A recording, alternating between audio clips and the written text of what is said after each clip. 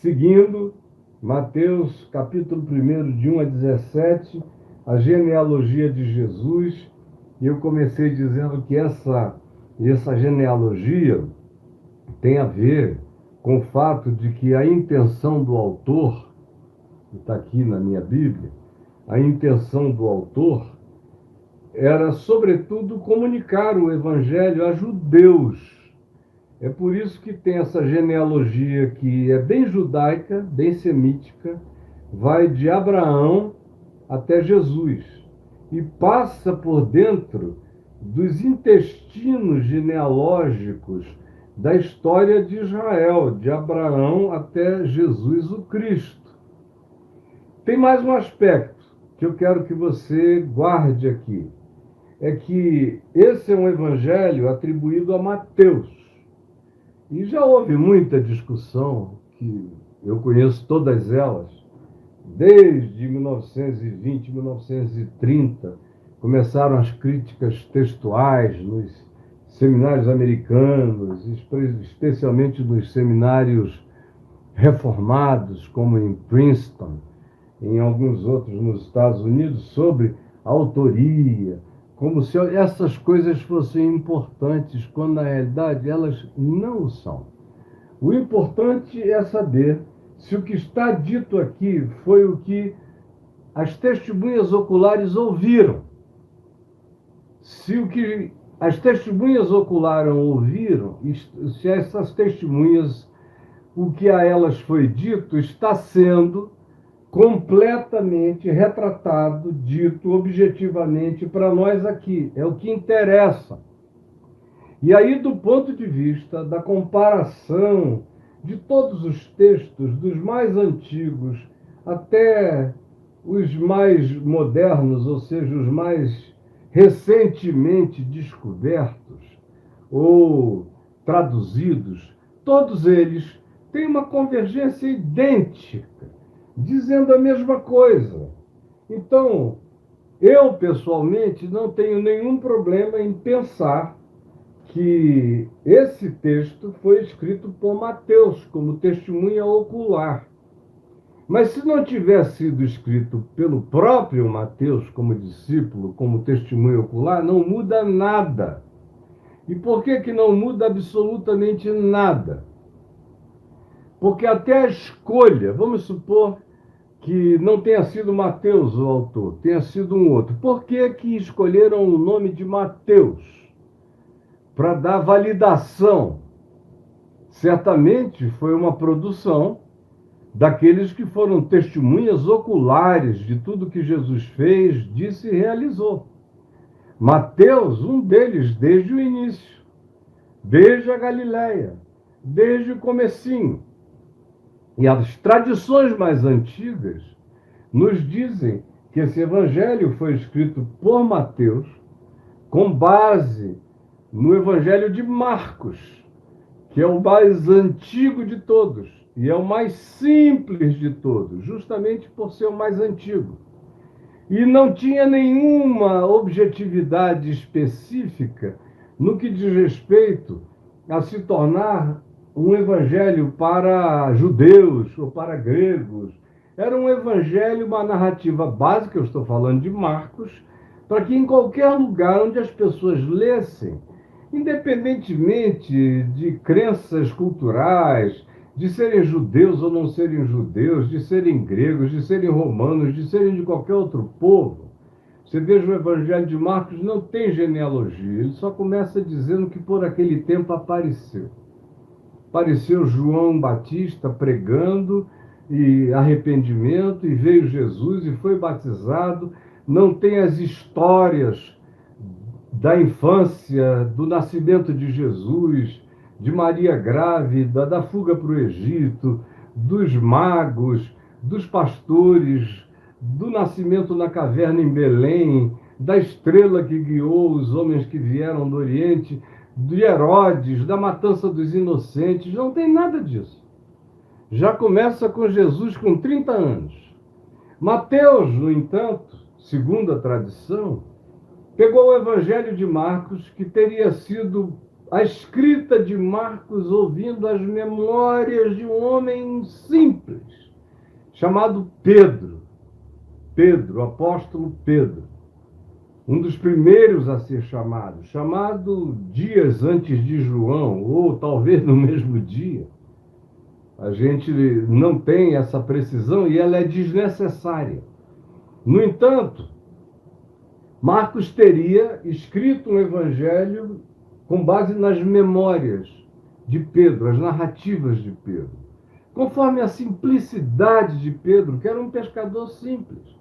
Já Mateus era um homem muito e infinitamente mais sofisticado, um cara bom de história, de matemática, muito mais culto, era o principal cobrador de impostos de toda a região da Galiléia, era o mais rico de todos eles, era considerado o maioral dos cobradores de impostos, cujo nome também, além de Mateus, ele era conhecido por Levi. Mateus, Levi, Levi e Mateus. E lá estava ele, tinha origem completamente judaica, daí também ter esse nome de Levi. Provavelmente fizesse parte da tribo de Levi, portanto, de uma tribo de natureza sacerdotal. E sendo de natureza sacerdotal, era uma tribo de sacerdotes, sacerdotes que viviam do dízimo, que as outras 11 tribos de Israel deveriam dar, de acordo com as leis de Moisés, para sustentar a tribo que não produzia, a tribo que não trabalhava no campo, nem na agricultura, nem no pastoreio das ovelhinhas, nem na produção de artesanato, nem na carpintaria, nem na construção civil, nem coisa alguma, como todos os outros trabalhavam. Essa seria uma tribo, de acordo com Moisés, que viveria para cantar, louvar, salmodiar, fazer parte dos turnos contínuos de culto no templo de Salomão e depois agora da destruição dele, reconstrução de um templo menor, até chegar a Herodes o Grande, 40 anos antes de Cristo, e começar a construção desse templo que se tornou uma coisa grandiosa e que fez parte do cenário de Jerusalém nos dias de Jesus. Então, Mateus seria essa figura, esse contemporâneo, esse homem com esses recursos e um levita com interesse enorme que o povo de Israel ficasse sabendo da relação profunda veterotestamentária entre Jesus e os profetas do Antigo Testamento, assim chamado. Ou seja, é por isso que ele inicia com essa genealogia, e é por isso que ele é o evangelho, aqui chamado de Mateus, que mais usa os recursos do Velho Testamento. Ele é quem mais diz: isso aconteceu para que se cumprissem as escrituras dos profetas. Aí ele cita especialmente Isaías, que é o campeão de citações no Evangelho de Mateus e em todo o resto do Novo Testamento. Isaías, Jeremias, ele vai citando pedaços de salmos, falas proféticas dos salmos, que ele vê o embutimento, o encaixamento delas perfeito em Jesus, ele vai recuperando. A outra coisa que você vê que é bem peculiar a um indivíduo que fosse, de fato, o Mateus, o apóstolo, é a quantidade de parábolas com números que a gente encontra aqui. Ele era um homem de números. Ele era um cobrador de impostos, ele trabalharia e seria um dos superintendentes da Receita Federal Romana, no norte de Israel. Um indivíduo superpoderoso e bem posicionado. Também um homem de números, de contas, de cálculos, de subtrações, de acréscimos, de divisões. Um homem de aritmética, um homem de matemática. Um homem que fazia tudo na cabeça e que tinha um tino comercial extraordinário.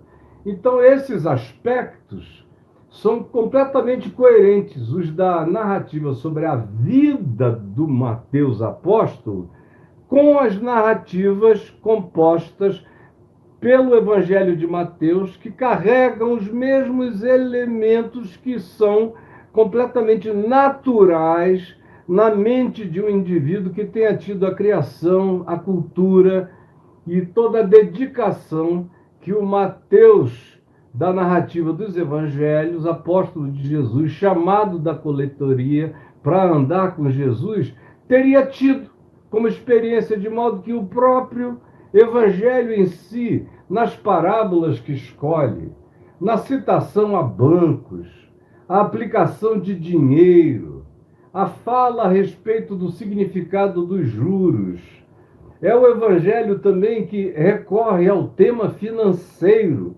com mais amplidão. Marcos fala, Lucas fala, mas Mateus tem mais amplitude narrativa a respeito disso. As coisas que Jesus disse e ensinou, que não estão presentes em Marcos, muitas delas são mais narrativas, Mateus inclui tudo. O Sermão da Montanha, assim chamado, está na íntegra ali. Embora ele se repita em outras ocasiões, fragmentos dele, o próprio Mateus usa em outros lugares, mas a sequência do que foi dito da Galileia é Mateus quem preserva para nós.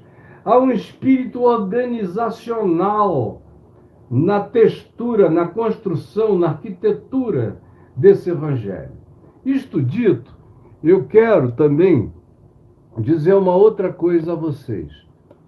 É que, para mim, é extremamente significativo que esse evangelho seja de Mateus e que ele, sendo do apóstolo Mateus, comece com essa genealogia, que é uma genealogia sobre a qual eu falei a vocês desde segunda-feira, que baseado nela, quem é que poderia tomá-la orgulhosamente como alguma coisa que fosse uma validação da sua grandeza moral, ética, do seu pedigree, de como você faz parte de uma elite excepcional que precedeu você durante tantas gerações, só gente linda, boa e santa. E durante esses dias vocês viram que não foi nada disso. Essa é uma herança pior do que a dos reis de Portugal. É uma herança que, num certo sentido, é pior do que a dos imperadores romanos.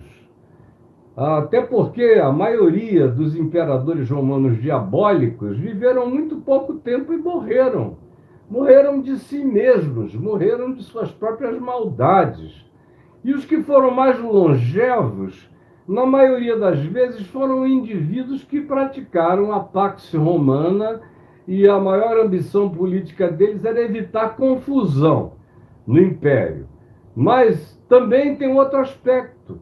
A maioria deles não tinha uma genealogia, eles tinham no máximo uma dinastia curta, que no caso dos romanos foi substituída várias vezes por outros cabeças genealógicos, de modo que não tem nenhuma continuidade.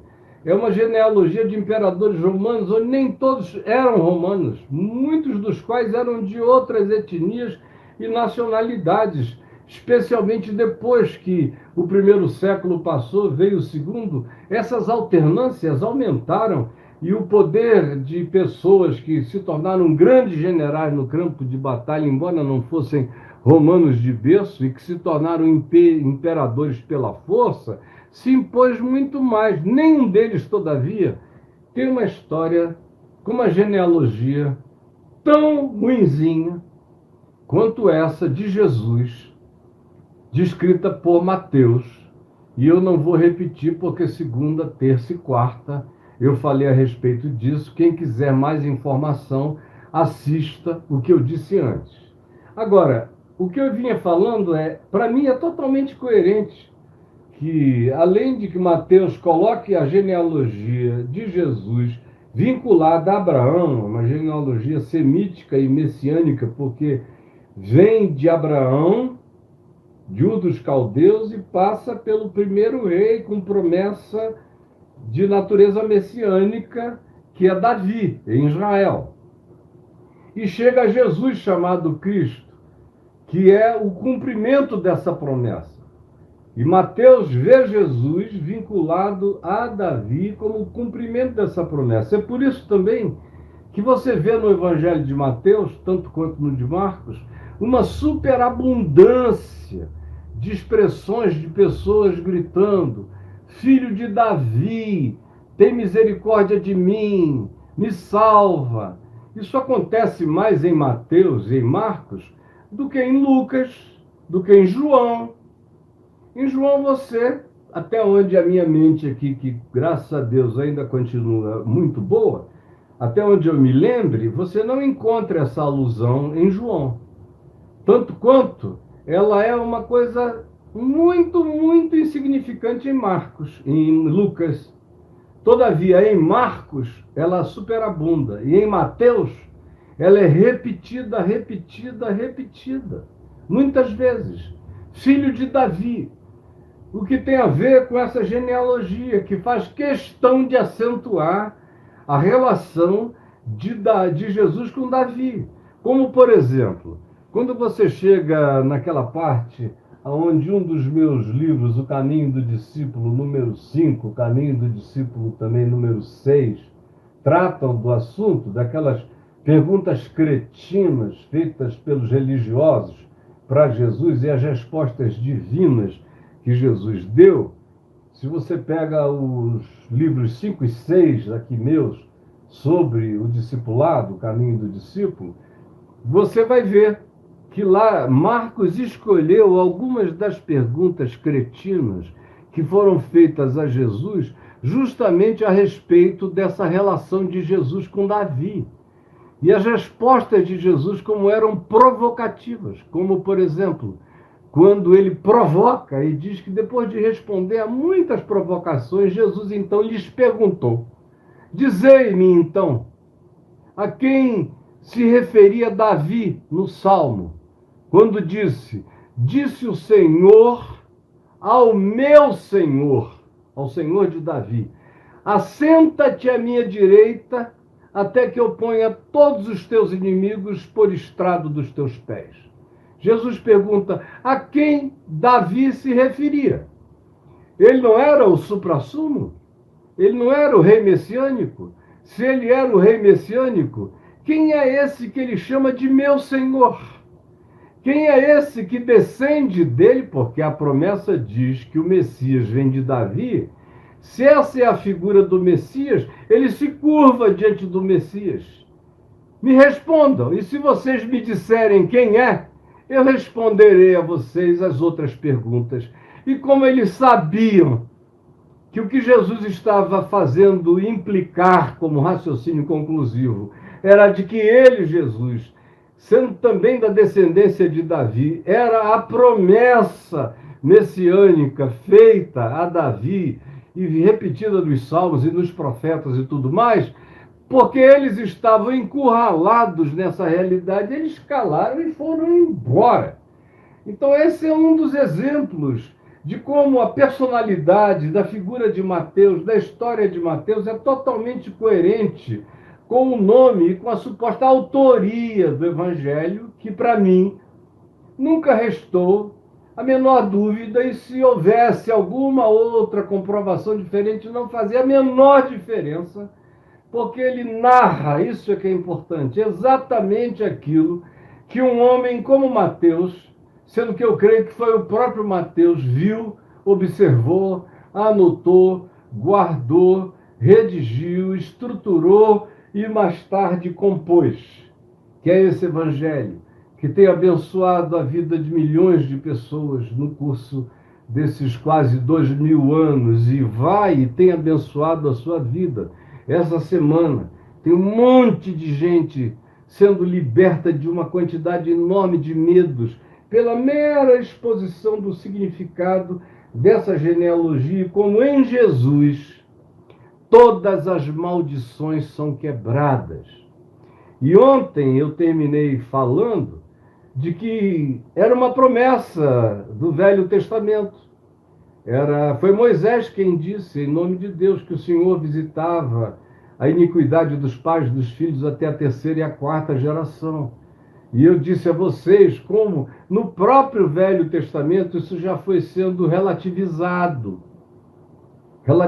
E eu citei as relativizações, como isso foi crescendo e mudando, como chegar ao clímax do profeta Ezequiel dizer, em nome de Deus, porventura, pelo fato dos pais comerem uvas verdes, embotar-se-ão os dentes dos filhos, significava dizer não. E ele disse não, cada um carrega o seu próprio pecado. Isso no Velho Testamento.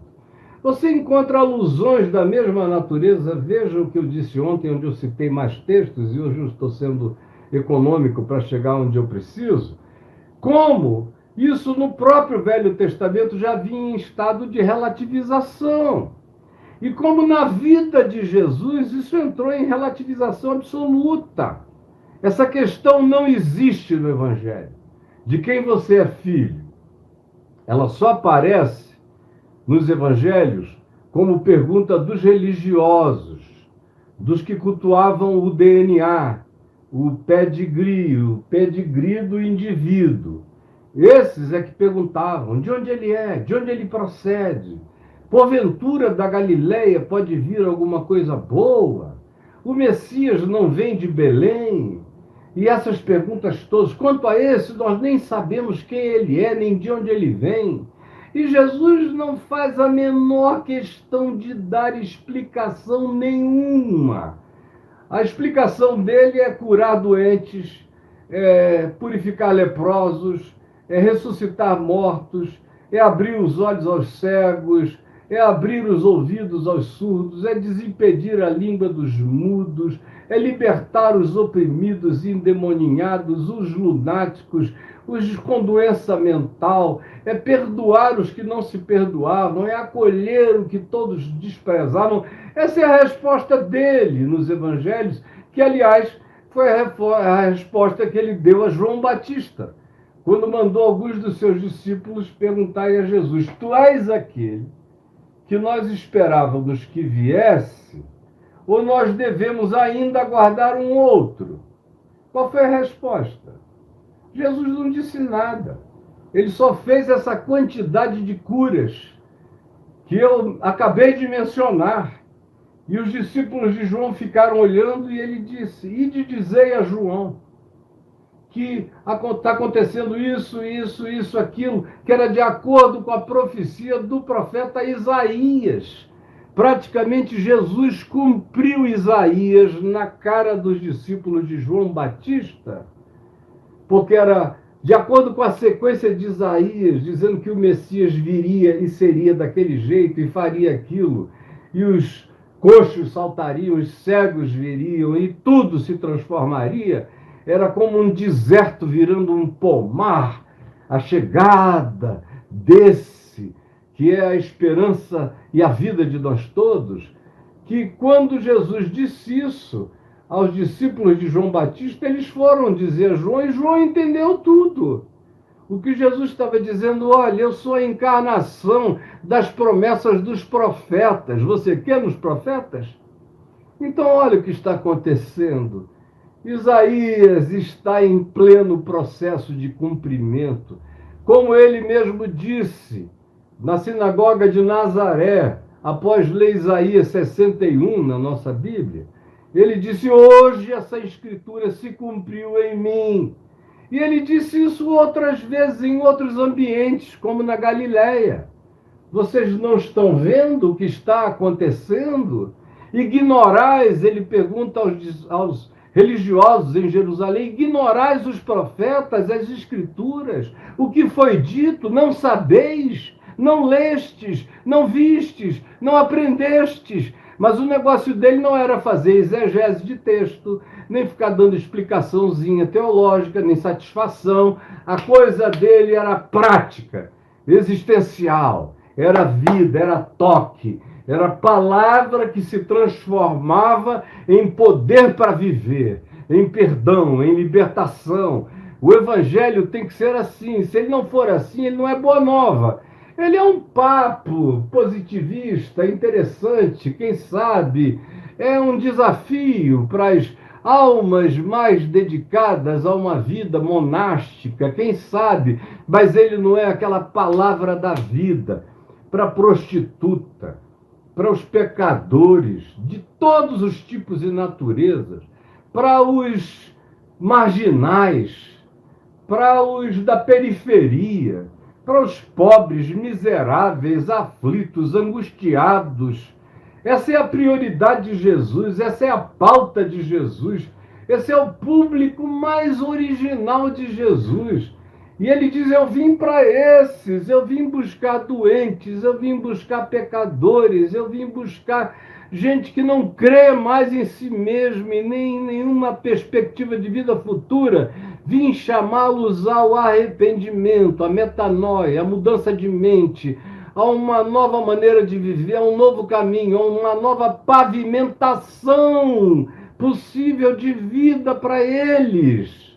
Isso é evangelho. O que passar disso, você pode ficar gritando nos cultos, rolando para lá, rolando para cá, voltar para casa, dar dinheiro, fazer o que você quiser, como dizem que você tem que fazer para ser de Deus. Mas se o evangelho não virar carne, não virar sangue, não virar vida, não mudar o seu caráter, não transformar o seu comportamento, não mudar a sua mente, não mudar a sua maneira de interpretar, de viver, de julgar e de entender, de escolher, de pautar a vida com os temas de Jesus e dar prioridade absoluta a esses temas na sua vida. Se o evangelho não chegar desse modo em você, não chegou evangelho nenhum de Jesus na sua vida.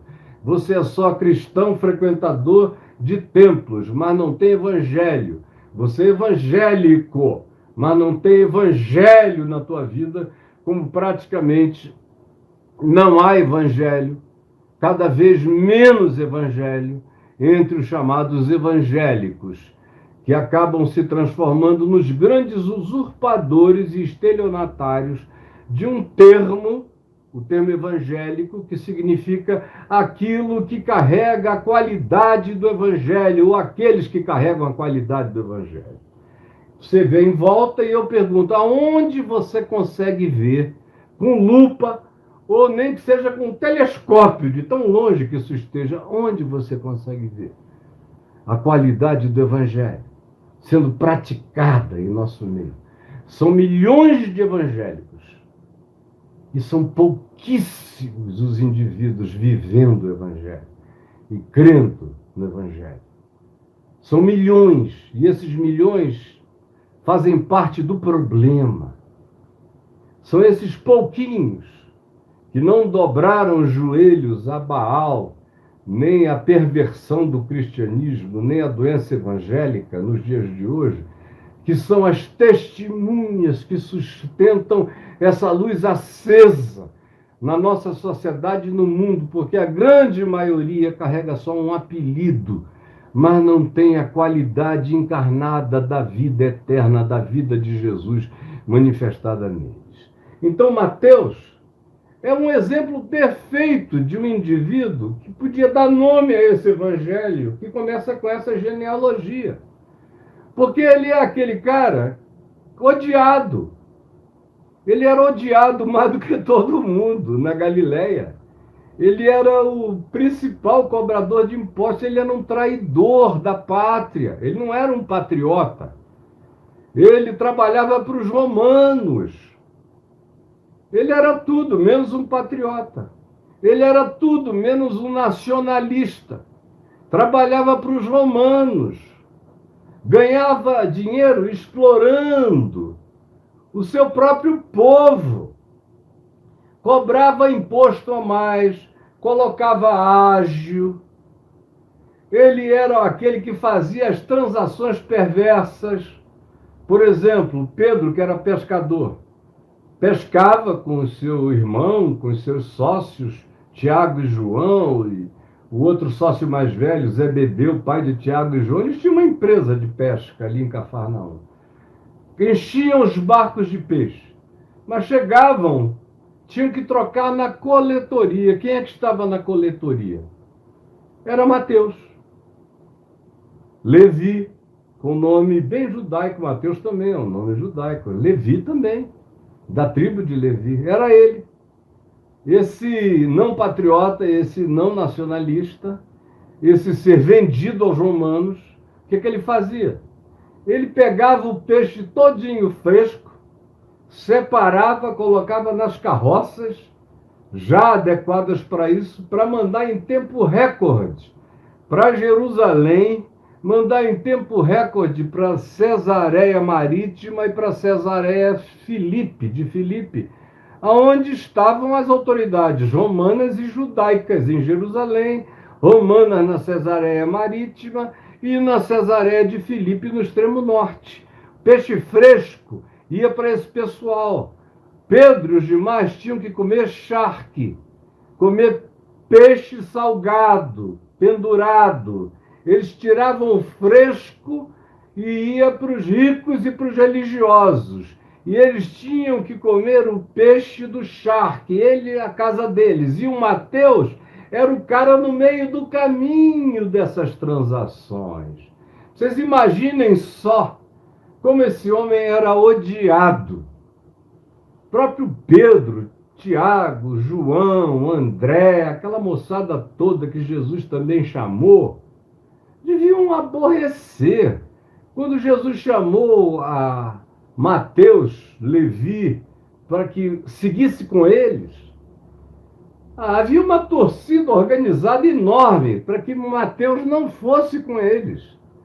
Mas Mateus, contrariamente a tudo que eles, que eram ideologicamente, politicamente antagônicos a Mateus, e odiavam uma pessoa como Mateus, o próprio Mateus era um centro de convergência de ódios na região.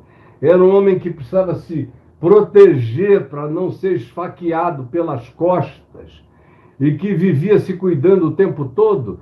Quando ele vê o que Jesus faz, ele vê o que Jesus ouve, o que Jesus diz, ele assiste às transformações e, sobretudo, ele vê os entes brutalizados como Pedro, Tiago, João, cascas grossas, gente tosca, gente bruta, de repente começar a chorar, se enternecer, se sensibilizar, se humanizar. Ele nunca tinha jamais crido que uma coisa desse tipo fosse possível. Quando ele viu, ele próprio, Mateus, estava em processos de convulsão interior. E quando Jesus olhou para ele e viu a terra sendo formada no caos do coração dele, viu a luz da criação divina espargindo-se de dentro para fora nos olhos de Mateus, ele só disse: vem e segue-me. E se o homem se levantou, largou a coletoria com tudo que tinha lá, com todo o dinheiro para trás, com tudo, e foi embora e nunca mais voltou. E se ele não tivesse tomado essa decisão, eu não estaria aqui hoje falando sobre esse texto e nem teria a possibilidade de levar você até o capítulo 28 dessa narrativa, que é o que a gente vai fazer aqui no Papo de Graça. Então, Mateus, o autor do texto, bota essa genealogia aqui, que é a genealogia da coerência da salvação dos pecadores. Essa é a genealogia da coerência da graça de Deus na salvação dos pecadores. Porque aqui, do mais virtuoso ao mais pervertido, do mais santo, não mencionado aqui, que seria José, filho de Jacó, uma vida íntegra, limpa, mas tem outros maravilhosos que você encontra aqui, que só vai ter equivalência em José, pai de Jesus, marido de Maria, que é o cara, que é o macho desconstruído mais homem que se podia ter numa genealogia dessa. A maioria são pessoas não recomendáveis. E uma coisa interessante, que tem muito a ver também com a história política dos povos. Prestem atenção nisso, não tem nada a ver com o que eu vou falar, mas é um elemento de natureza cultural que pode interessar você. Os reis mais virtuosos dessa genealogia não foram aqueles que fizeram as grandes e maiores obras em Jerusalém nem em Israel. Foram os reis mais viciados em idolatria, em perversão, em promiscuidade, em cultos estranhos, alguns deles, inclusive, considerados as magias mais negras que se podia conceber, mas foram administradores poderosos. Essas pessoas se dedicam geralmente aos exércitos, a construir fortalezas, são paranoicas, a investir em armas de guerra, em treinamento militar. São esses aí. Os grandes reis piedosos se dedicaram ao templo, à proteção sacerdotal, a instarem com o povo para que obedecessem os mandamentos do Senhor, mas não foram os grandes construtores políticos do povo. Essa é uma observação interessante, fecha parênteses. Então, Mateus, para mim, é o escritor desse texto, e a vida de Mateus é absolutamente coerente com a genealogia. Essa genealogia, ele diz, é minha também. É minha também. Passa por Arão, que é da tribo de Levi, é da minha parentela. O cara que fez o bezerro de ouro está aqui. E outros da minha parentela estão aqui. E Jesus me chamou, ele que é o cumprimento, ele que é a explosão da graça no meio do lodo desse engano humano e histórico, olhou para mim, me quis, me desejou, me chamou, e eu estou aqui. Eu estou aqui. E eu ficarei aqui. E eu sou dele. E a vida eterna me habita. E eu carrego esse testemunho. Eu fui testemunha ocular de todas essas coisas. Eu vi, eu peguei, eu estava lá. É para gente como eu, Mateus diz. Se eu estou aqui, se esse evangelho pode ser escrito por mim, e se eu pude andar e ser testemunha, incluída, abraçada e acolhida por esse amor, quem não pode? Quem é que tem um problema político tão grande que não possa se converter ao Evangelho? Quem é que está vindo de um conflito ideológico, com gente abominando você porque você teve uma outra posição? Agiu de um outro modo, serviu um outro grupo, ganhou dinheiro de maneira considerada pelos judeus totalmente repudiável, abominável, maligna. No entanto, Jesus não passou o pano, ele passou o sangue dele. Ele olhou para mim e disse: vem e segue-me, anda comigo. Comigo há uma trilha para uma pessoa como você. Não importa de onde você esteja vindo. Há um caminho. Há uma vereda. É a vereda menos escolhida. É a vereda menos percorrida. É a vereda que quase ninguém quer. E é Mateus quem vai dizer, mais do que ninguém, que a porta é estreita, que o caminho é estreito. É Mateus, mais do que ninguém, que conhecia o significado do dinheiro, de Mamon, e do poder de se tornar divindade no coração humano, que ama o dinheiro, que é a raiz de todos os males. É Mateus que enfatiza isso, enfatiza, repete, e também ensina. Já que você tem, já que você ganhou, já que você sabe ganhar, já que você recebeu, então aprenda a usar, porque se você tem mais, é para você ajudar mais. Se você foi aquinhoado com capacitações maiores, então é para que o seu serviço, o seu dom, seja ofertado como graça, como benefício. Deus não dá capacitações às pessoas que não sejam para servir, em amor, em dádiva. Mateus repete, repete, repete, repete, recorre a isso o tempo todo.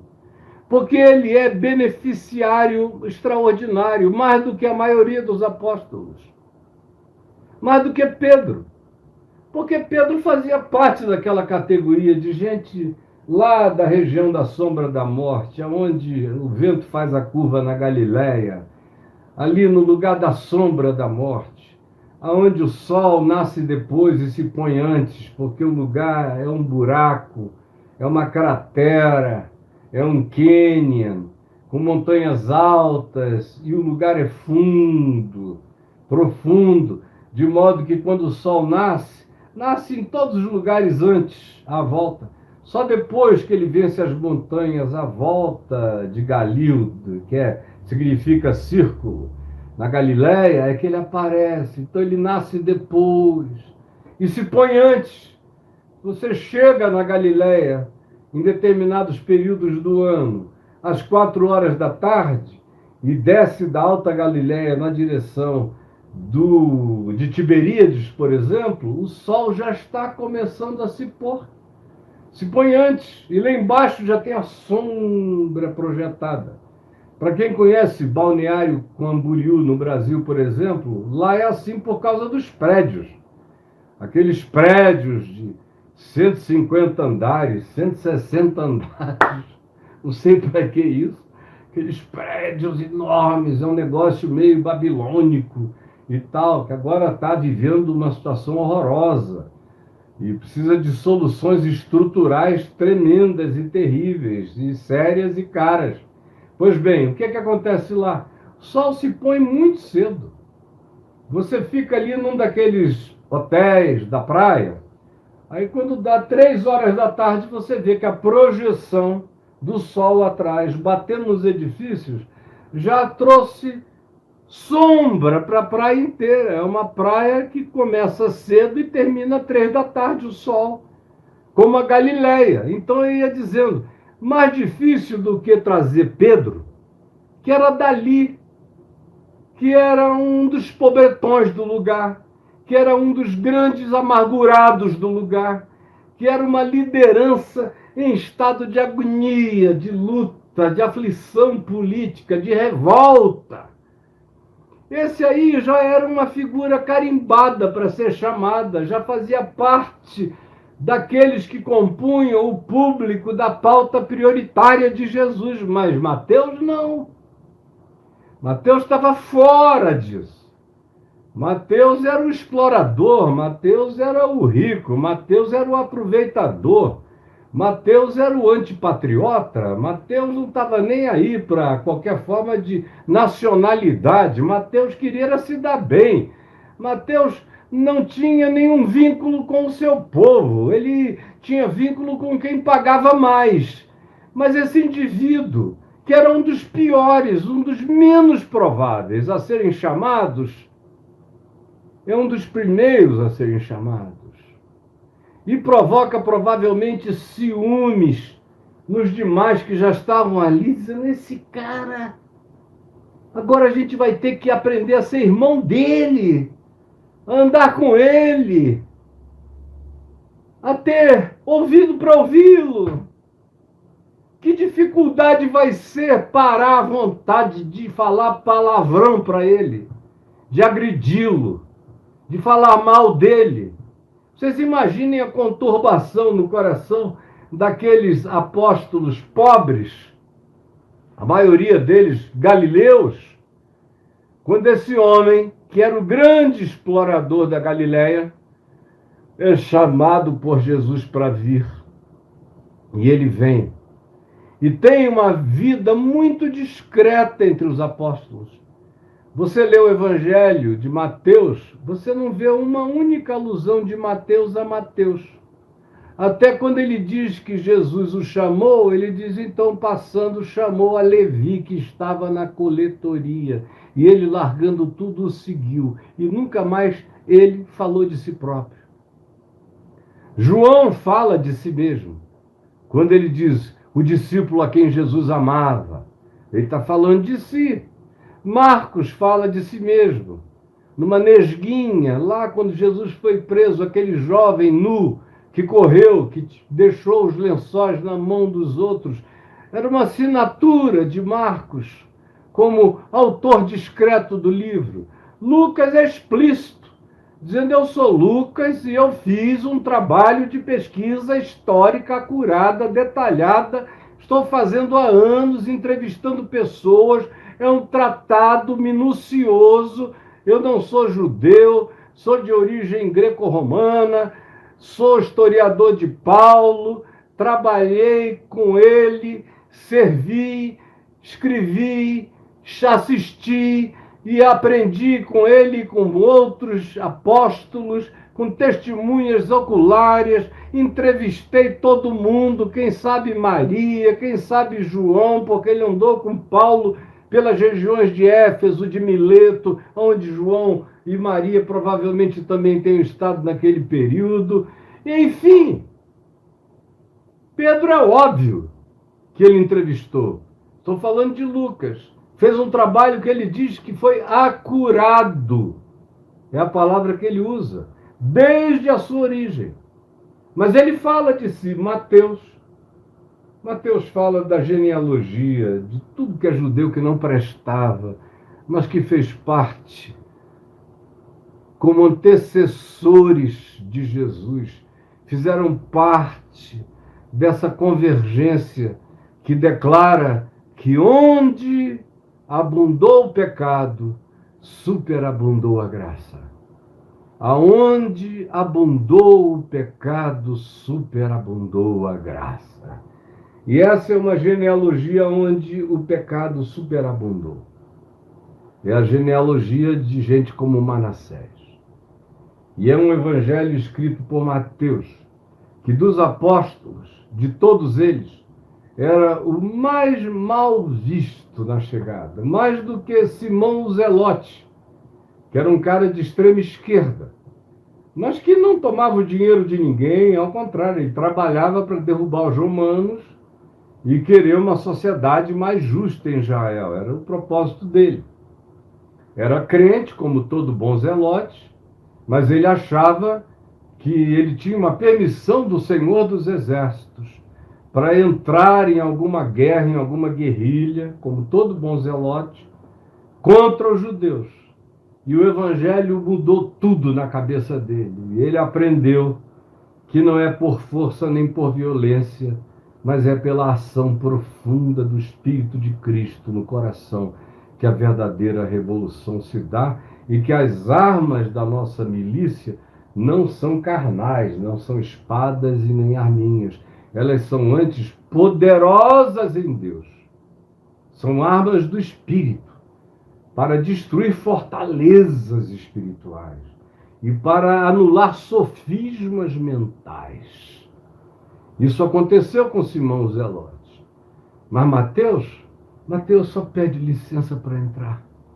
Ele diz, bom, que sombra, obrigado, porque eu coube aqui também. E eu quero dizer a você que está aqui comigo, gente, eu já olhei aqui rapidamente, eu não tenho dinheiro para ler, o Jorge está dizendo dinheiro de indenização na compra da minha. Cara, mano, amado, não dá, não vou ler. Não é esse o objetivo, não perca seu tempo com isso, nenhum de vocês. Me ouçam. Enquanto vocês escrevem, vocês não me ouvem. Enquanto não me ouvem, não aprendem. Enquanto não aprendem, continuam só escrevendo sobre os mesmos problemas e nada muda. Prestem atenção. O que eu vim falar hoje aqui teve, no que eu disse até agora, uma mera introdução. Porque depois de tudo que eu venho falando, segunda, terça, quarta e agora nessa introdução longa, o que eu quero dizer como conclusão para você guardar no coração para sempre, nessa genealogia onde a gente não encontra coisa alguma a não ser graça. Graça, graça, graça, favor imerecido. A gente aprende, no mínimo, 3 coisas que são as que eu quero que você guarde. Bruno, segura um pouco a onda, vocês todos, e me ouçam com atenção, por favor. O que a gente aprende? Que lições mais básicas de todas essa genealogia nos deixa? Preste atenção.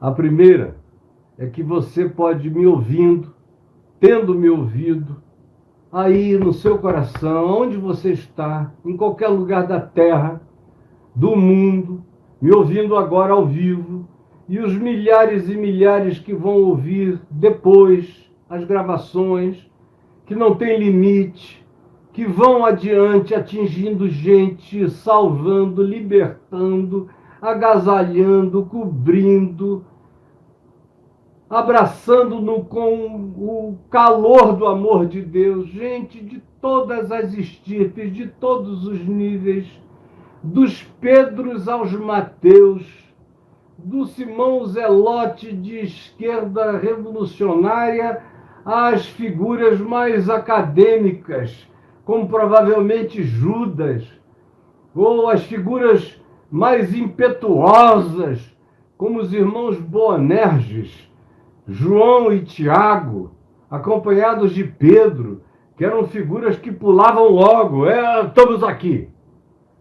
Há outras de espírito tão manso e sereno, que estavam o tempo todo ali do lado e a gente discretamente ouve a participação deles aqui e ali, como André, como Felipe. São pessoas que estavam em todas as coisas, mas que eram mais dos que vinham servindo e apoiando. Todos. Um lugar para todos nessa genealogia. Um lugar para mim nessa genealogia. Um lugar para você nessa genealogia. Um lugar para todo mundo. Então, a primeira coisa que eu e você podemos aprender e que eu posso dizer é o seguinte: não sei por que eu fui chamado, mas sei que eu ouvi a sua voz. Você pode repetir isso comigo? Agora sim, se você quiser, pode escrever alguma coisa. Isso. Não sei por que eu fui chamado, mas sei que ouvi a sua voz. Não sei porque eu fui chamado, mas eu sei que eu ouvi a sua voz. Você pode repetir em voz alta, na sua casa, no seu quarto, na rua, no ônibus, mesmo que seja um balbuciar. Você pode dizer isso comigo? Eu não sei, porque eu fui chamado. Eu só sei uma coisa: eu ouvi a sua voz, dizendo segue-me, e eu o segui, como aconteceu com Mateus. Mas eu não sei porque eu fui chamado. Mas eu não posso negar, ele olhou para mim. Ele me quis. E eu ouvi a sua voz. E eu me levantei. E eu o segui.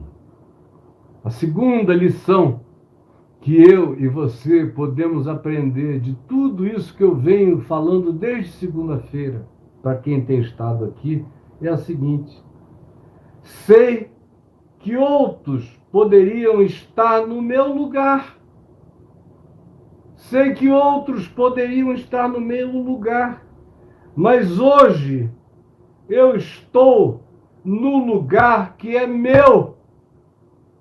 Não porque eu merecia, mas estranhamente ele me chamou e eu coube.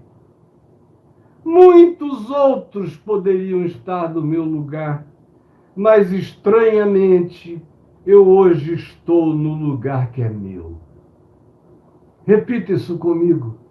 Muitos outros poderiam estar no meu lugar, mas hoje eu sei que eu estou no lugar que é meu, por causa da graça, do favor imerecido, do mesmo favor que incluiu gente tão estranha nessa genealogia e que chamou um homem como Mateus para escrever este evangelho. Essa mesma graça é o que me garante que eu sei que outros, muito melhores, poderiam estar no meu lugar, sem dúvida.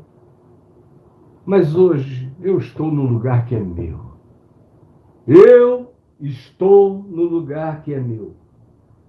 Há milhares de outros que poderiam estar no meu lugar. Eu estou falando de mim, Caio Fábio. Mas hoje eu sei, e há muitos anos eu sei, que eu estou num lugar que é meu. Por causa da graça. Só pela graça. Eu fui consagrado a Deus, como eu já contei várias vezes, pelo meu pai agnóstico. Há quase 70 anos atrás, há 68 anos atrás.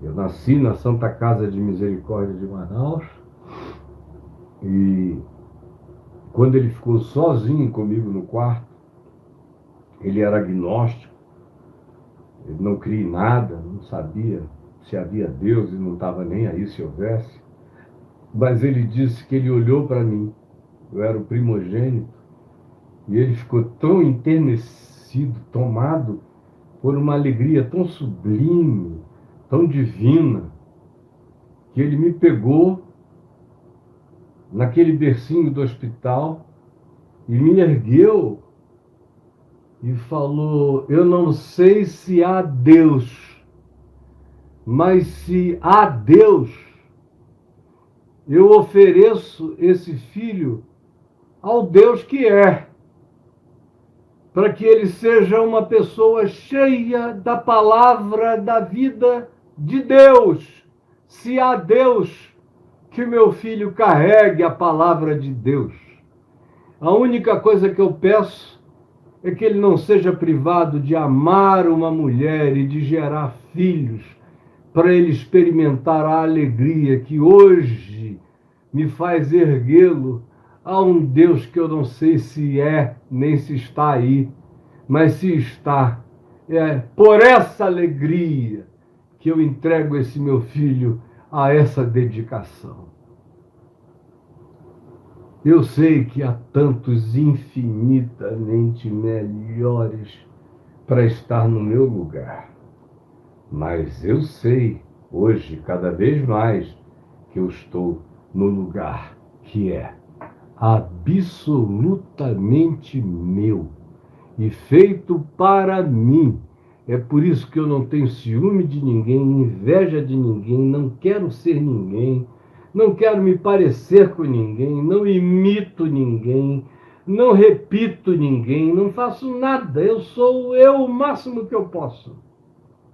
O máximo que eu posso é de joelhos, com a Bíblia aberta, com os evangelhos abertos, é ouvindo Jesus, é vendo tudo, tentando enxergar de um filme a um documentário, a uma notícia de jornal ou de telejornal, ver tudo a partir do olhar de Jesus, do pressuposto do evangelho, da matrix do evangelho em mim, me dando esse olhar interpretativo para todas as coisas, da ciência, a filosofia, a teologia, a qualquer dimensão da vida.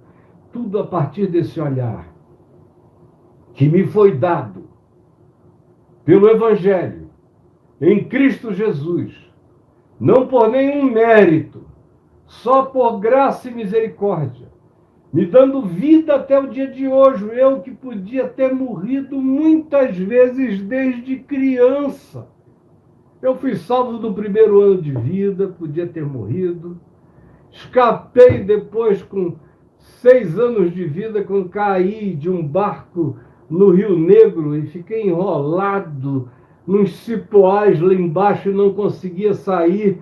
Como criança eu abria os olhos, só via aquela sombra do barco na água escura, enrolado no desespero, dizendo: é aqui que eu vou ficar.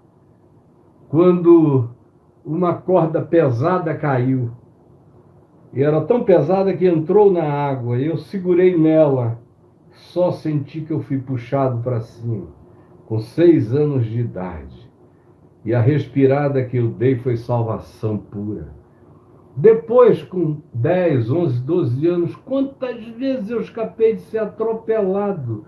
Eu tenho um filho que morreu atropelado e não brincava com os carros. Eu jogava bola na Sá Ferreira, em Copacabana, com carro para lá, com carro para cá, com freada para todo lado o dia inteiro. E amigos meus eram atropelados. Eu tive até amigos que morreram nesses rachas de rua. E eu era o mais ousado, me desviava, dava pulos para trás, o carro passava, o ônibus passava. E todo mundo dizia, você é louco, um dia você morre aí. Depois disso, em tantas outras ocasiões na adolescência, por causa de drogas, de overdoses, de tudo que você puder imaginar, de brigas, de inimigos, de arma na minha cabeça, de promessa de que iriam me matar. Depois do ministério, era um ministério que nunca se poupou, eu sempre me dei com tudo, e fui para todos os lugares, dos palácios presidenciais aos palácios governamentais, às prefeituras, às favelas, aos presídios, aos piores presos, aos seres humanos mais repudiados, às prostitutas, aos travestis, aos renegados. A minha vida foi no meio dos extremos, de polo a polo, correndo perigo de todos os lados, ameaça de governador, ameaça de bandidos, de esquadrões da morte, de gente de todos os tipos, telefones grampeados, e olha, nunca dei a mínima. E eu tenho os meus filhos todos como testemunhas de que eu nunca dei a mínima. Anos e anos e anos, só olhando para cima e dizendo, eu sei que tu me puseste aqui para isto. Então eu sei que outros podiam estar no meu lugar, no seu lugar. Outros podiam estar no meu lugar e no seu lugar. Mas hoje eu sei que eu estou no lugar que sempre foi meu e que sempre será meu e que é fruto da misericórdia de Deus. Não tenho respostas a dar a perguntas de Satanás. Portanto, não me faça perguntas do diabo. Eu só tenho respostas divinas. Você viva com as suas perguntas cretinas. Eu vim a esse mundo para pregar o evangelho da graça de Deus. Quem tiver ouvidos para ouvir, ouça. Quem puder aproveitar, aproveite. Quem não quiser aproveitar, está perdendo a melhor chance de, com clareza, entender, abraçar e ser salvo por essa graça do evangelho, que quando entra na gente, tira de nós todas as perguntas cretinas. Enquanto eu vejo alguém escrever perguntas cretinas aqui, eu sei que o evangelho não entrou nele. É um atestado de não evangelho. Porque quem crê no evangelho, crê nas novas coisas, nas novas criaturas. Quem assistiu o que eu falei desde segunda-feira, não tem mais pergunta cretina a fazer, porque tudo é graça. Tudo é graça. E eu sei que outros podiam estar no meu lugar, mas aconteceu de Deus chamar a mim, de chamar a você, como você é, quem você é, independentemente de que história seja sua. Quem não entendeu isso, essa genealogia mostra que a história morre em Cristo. Quando Cristo nasce na história da gente, toda e qualquer história, e a minha história é maravilhosa, é linda, é cheia da graça, é cheia de vida, é cheia de unção, é cheia de cura, é cheia de libertação, é cheia de demônios sendo expulsos, é cheio de mentes atormentadas, cheio sendo pacificadas, é cheio de reconciliação, é cheio de aproximação, é cheio de diminuição de gaps, é uma história que Deus me deu. e que marcou a vida até agora de milhões e marcará a vida de muitos milhões e de muitas gerações, porque não é obra de homem, é obra do Espírito de Deus em mim. E diga aleluia, porque é pura verdade do Espírito Santo. Sei que outros podiam estar no meu lugar, mas eu sei também que eu estou exatamente no lugar que é meu, onde Deus me colocou. Louvado seja o nome de Jesus.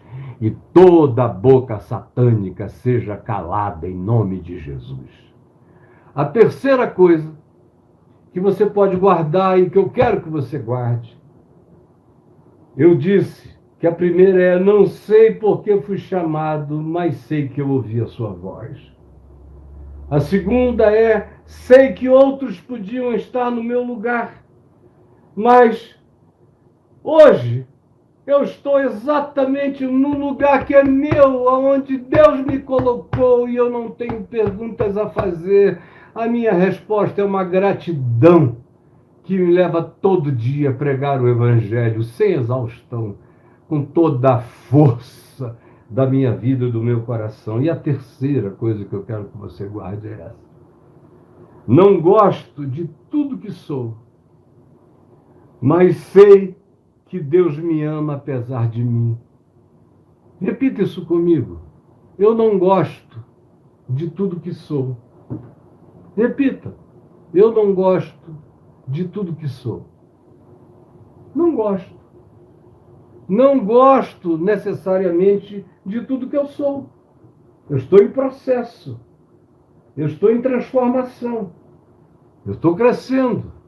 Como Paulo disse, esquecendo-me das coisas que para trás ficam, que já me foram tropeço, eu prossigo para o alvo. Paulo também tropeçou, e não foi só antes de ele conhecer Jesus, não. Depois que ele conheceu, ele sabia que ele tinha tropeçado.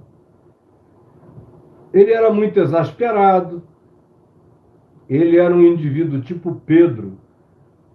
Pedro era um sanguíneo, falava antes de pensar. Paulo era um ser de natureza um tanto colérica. Ele era aquele indivíduo que arrombava. Eu me identifico muito com ele, porque eu levo no peito, eu arrombo. Desde criança, eu sempre fui o cara para arrombar a porta, para derrubar a muralha. E ele sabia que ele tinha se precipitado algumas vezes. Como quando, por exemplo, ele brigou com o primo dele, Barnabé. Não é uma informação bíblica que Barnabé era primo. Eu sei pelas histórias paralelas. Mas você lê no livro de Atos dos Apóstolos como ele e Barnabé se desentenderam por causa de João Marcos. Foi uma briga. Algumas outras coisas que Paulo falava. Você lê 1 aos Coríntios, 2 aos Coríntios, você vê algumas precipitações dele, pelas quais depois ele pede perdão. Como em 1 aos Coríntios ele diz uma coisa muito violenta: entreguem esse cara a Satanás para a destruição da carne dele. Um sujeito que tinha ido para a cama com a madrasta. E Paulo ficou tão fulo à distância que disse: olha, eu vou me reunir em espírito com vocês e nós, num conselho, vamos entregar esse cara a Satanás. O que você nunca viu Jesus fazer, não é? Ao contrário, Jesus diz o oposto de Paulo. Disse a Pedro: Simão, Simão, Satanás vos requereu, para vos peneirar como ao trigo. Eu, porém, roguei por ti, para que, apesar do teu tropeço e da tua natureza, a tua fé não desfaleça. Eu aprendo com Jesus, não com Paulo. Por isso eu nunca entreguei nem entregarei ninguém a Satanás. Paulo estava certo? Não. Leia 2 aos Coríntios. Quando ele começa pedindo perdão pela precipitação por ter provocado uma tristeza tão grande, justamente naqueles que teriam o poder de, em se arrependendo, alegrar o coração dele. E ele pede perdão, como em outras coisas. Ele diz algumas coisas pedindo licença, porque ele sabia que ficar mencionando aquilo tudo, todos os detalhes do currículo vitae dele, de como ele era um cara incomparável entre os outros apóstolos, a soma dos outros não dava meio Paulo. E ele não precisava mencionar isso, mas ele menciona algumas vezes. Ele não aguenta e diz: me permitam, me deem licença para eu ficar insensato. Porque o que eu vou falar agora é a palavra de um insensato, mas parece que vocês gostam de gente insensata, porque vocês dão ouvidos a todos os mentirosos e insensatos. Então deixa eu ser insensato, falando as verdades da minha história, que vocês parecem que não conhecem, ou que esquecem, ou que ignoram deliberadamente. Aí ele fala dele próprio, como não tinha ninguém que tivesse feito mais sacrifícios pelo Evangelho do que ele. Eu gosto de saber, mas era uma coisa que outro poderia ter dito. Era eventualmente um texto para Lucas escrever sobre Paulo, sobre as tragédias de Paulo enfrentadas pela fé, com a vitória na ressurreição. Agora, ele era gente. Ele perdia a cabeça, às vezes perdia a paciência, ficava exacerbado. Depois se arrependia logo. Voltava atrás, como ele voltou em relação a Barnabé. Como ele voltou atrás em relação a João Marcos. Você lê isso lá na segunda epístola dele a Timóteo. Ele voltou atrás em relação a muitas outras pessoas. Ele entendeu que ele estava à frente do tempo dele, muitos anos e décadas na frente de Pedro, dos outros apóstolos, daquela geração. Até hoje ele continua na frente da maioria das pessoas. Ele é um cara que estava adiante milênios em algumas percepções do Evangelho. Ele era um homem da geração dele, em algumas coisas, mas mesmo nas coisas da geração dele, ele se sobrepôs aos demais. Ele não disse tudo, e não disse o que Jesus diria, com certeza, em relação às mulheres. Ele usou a média ponderada cultural admissível da época para tratar da questão das mulheres, dos bispos, de um monte de coisas para as quais Jesus teve o acontecimento diante dele, rolando, e ele não disse nada a respeito pela desimportância do assunto, de fato. Paulo falou por causa da conjuntura, mas ele próprio diz: isso é circunstancial, porque em Cristo, de fato, isso já está superado. Eu estou dando apenas uns pontos referenciais para vocês saberem viver no meio da sociedade totalmente diferente. Então é um ponto de equilíbrio básico que eu estou dando aqui. Mas ele errou. Paulo não é a palavra encarnada. As cartas de Paulo estão carregadas do Evangelho e da palavra de Cristo. Mas também tem a palavra do homem. Tem a palavra da circunstância, do tempo, da hora. Por isso é uma carta. Começa como carta, termina como carta. Tem coisas eternas que nunca sairão de vigência, que são exatamente aquelas que Jesus encarna no Evangelho. E há outras que são circunstanciais, o mundo já mudou, continua mudando de lá para cá.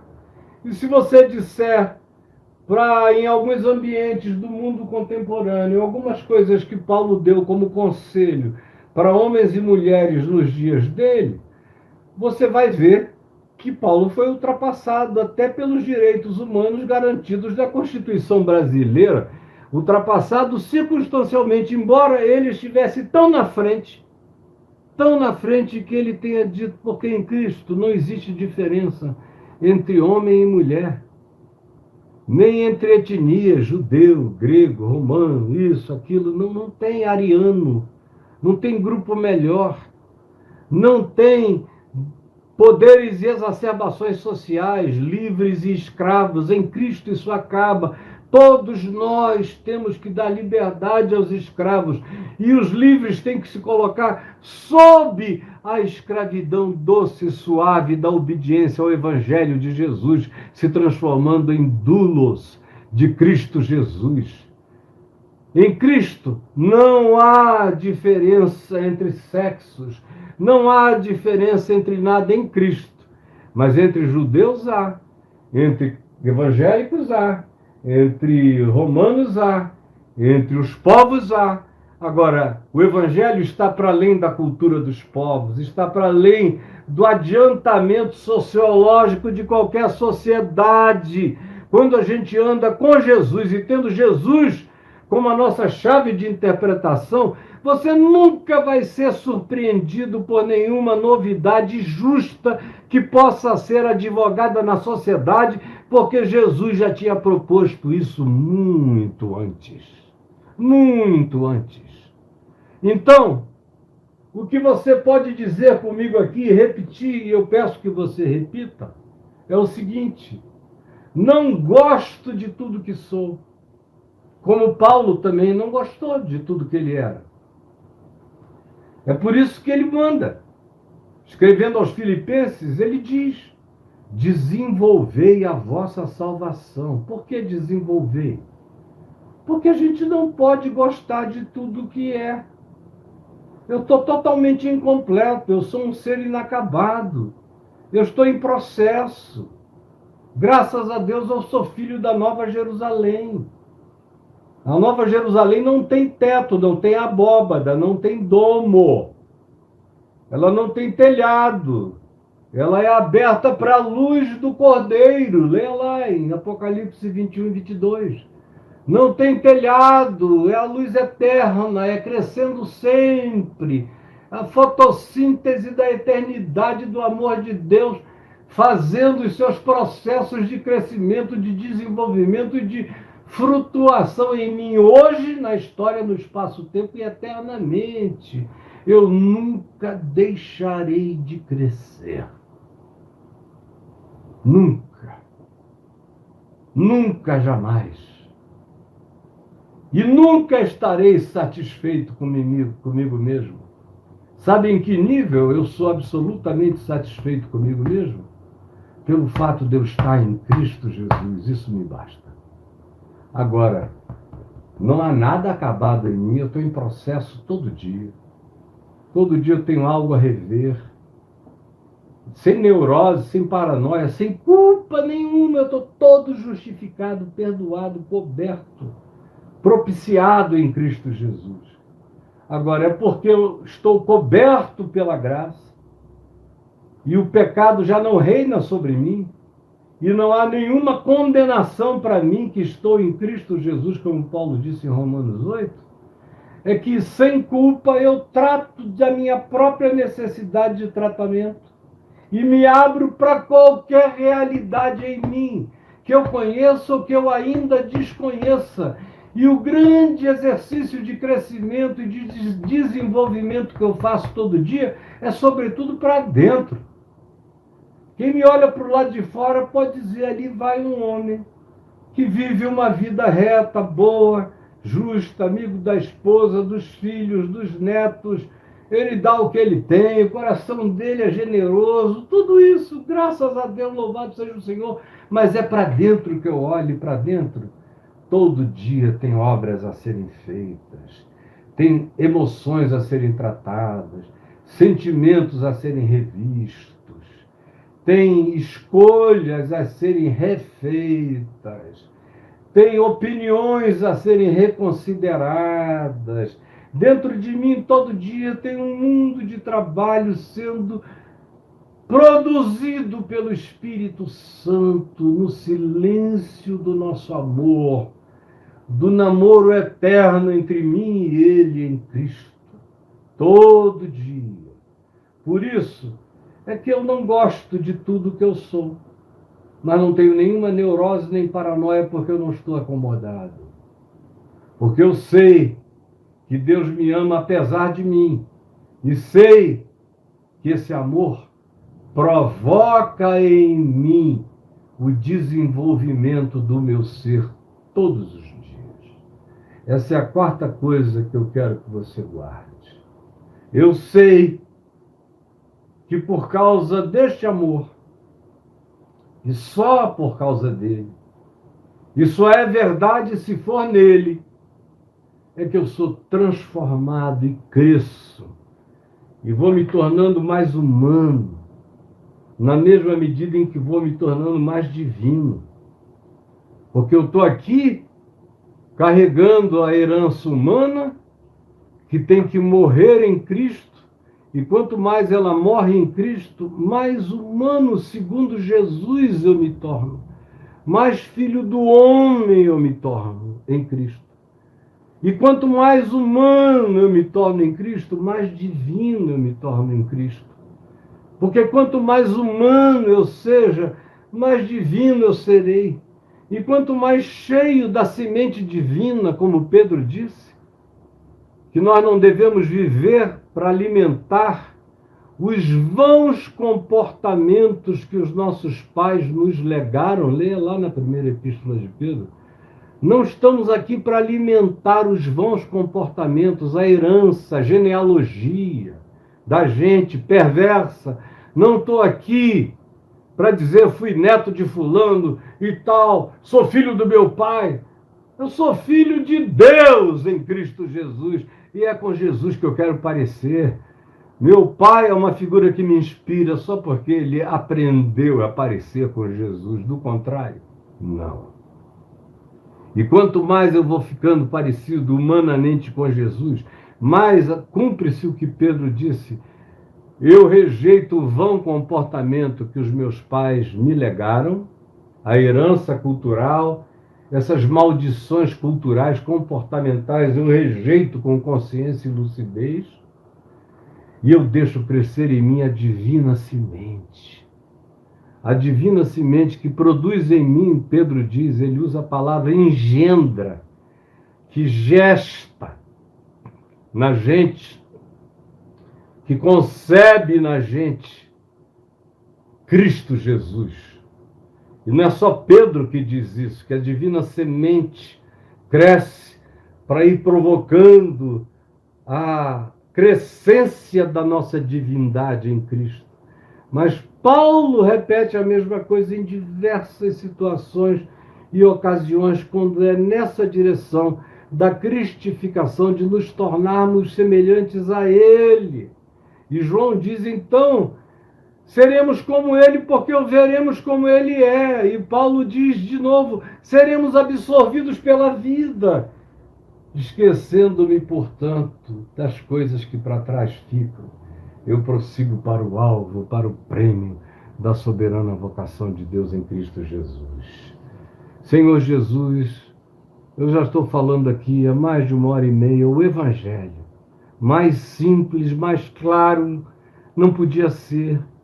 Eu te imploro que o Espírito Santo não deixe que eu tenha corrido em vão até o dia de hoje, ou que a tua palavra seja jogada ao vento, mas que ele a faça cair em milhares de corações que precisam comer essa verdade para serem transformados, fundamentados, pacificados, acalmados, salvos, cristificados, empoderados no Espírito Santo, para viverem todo dia uma vida mais semelhante ao chamado de Cristo Jesus para cada um de nós.